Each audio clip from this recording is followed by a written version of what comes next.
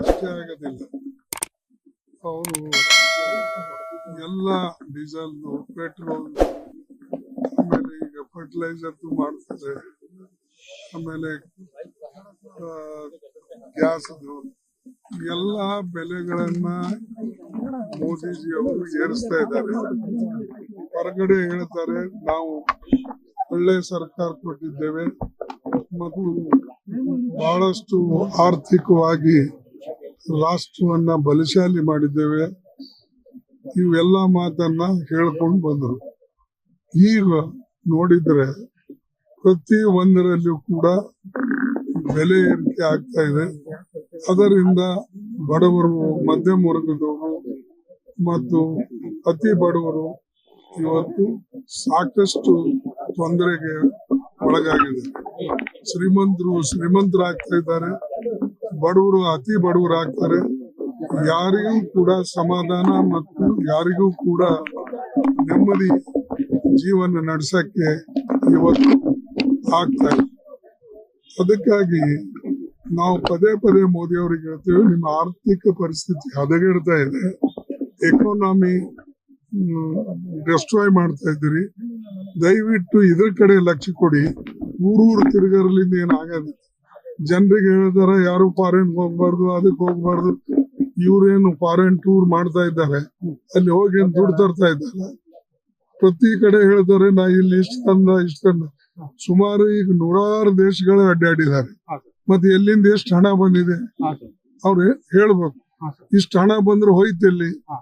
ಅದಕ್ಕಾಗಿ ಮೋದಿ ಅವರು ಹೇಳ್ತಕ್ಕಂಥದ್ದು ಒಂದ್ ಮಾಡ್ತಾರೆ ಮತ್ತು ನಡ್ಕೊಳ್ತಕ್ಕಂಥದ್ದು ಬೇರೆ ರೀತಿಯಿಂದ ನಡ್ಕೊಳ್ತಾರೆ. ಅದರಿಂದ ದೇಶಕ್ಕೆ ದೊಡ್ಡ ಹಾನಿ ಆಗ್ತಾ ಇದೆ. ಒಂದು ಎಂಪ್ಲಾಯ್ಮೆಂಟ್ ಇಲ್ಲ, ಆಮೇಲೆ ಇನ್ಫ್ಲೇಷನ್ ಕಡಿಮೆ ಆಗ್ತಾ ಇಲ್ಲ. ಪೆಟ್ರೋಲ್, ಡೀಸೆಲ್, ಗ್ಯಾಸ್ ಇವಂತೂ ಬಿಡಿ, ಅವರು ಯಾವಾಗ ಅಧಿಕಾರಕ್ಕೆ ಬಂದಿದ್ದಾರೆ ಅಂದಿನಿಂದ ಇಲ್ಲಿವರೆಗೆ ಏರ್ಕೋತಾನಿದೆ ಹೊರತಾಗಿ ಕಡಿಮೆ ಅಂತೂ ಎಂದೂ ಮಾಡಿಲ್ಲ. ಡೀಸೆಲ್ ಬೆಲೆ ಅಥವಾ ಕ್ರೂಡ್ ಆಯಿಲ್ ಬೆಲೆ ಕಡಿಮೆ ಆದ್ರೂ ಕೂಡ ಅವರು ಎಂದೂ ಕೂಡ ಪೆಟ್ರೋಲು, ಡೀಸೆಲ್ ಅಥವಾ ಗ್ಯಾಸು ಇದ್ರ ಬೆಲೆಗಳು ಕಡಿಮೆ ಮಾಡಿಲ್ಲ. ಇದು ಮೋದಿಯವರ ಆಡಳಿತ. ಈ ಮೋದಿಯವರ ಆಡಳಿತ ಹದಗೆಟ್ಟು ಹೋಗಿದೆ. ಕೆಲವು ಜನ ಅಲ್ಲಿ ಇಲ್ಲಿ ಮೀಡಿಯಾದಾಗ ತೋರಿಸ್ತಾರೆ. ಎಲ್ಲಿ ತೋರಿಸ್ತಾರೆ?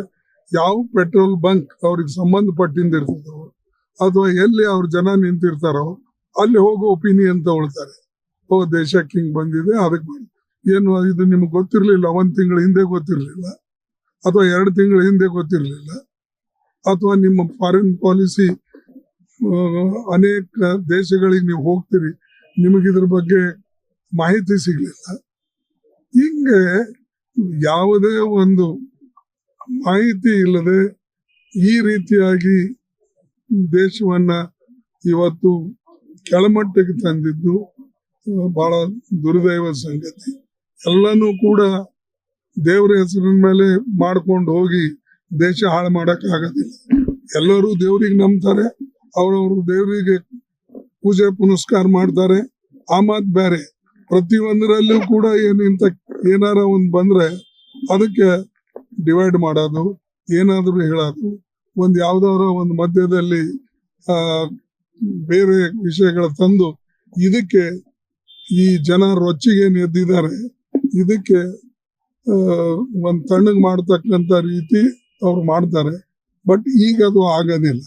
ಮೋದಿ ಅವರು ಇದ್ರ ಬಗ್ಗೆ ಈಗಾದ್ರೂ ಲಕ್ಷ್ಯ ಕೊಡ್ಬೇಕು. ಈಗಾದ್ರೂ ಜನರ ಸಮಸ್ಯೆಗಳು ಅಳಿಬೇಕು.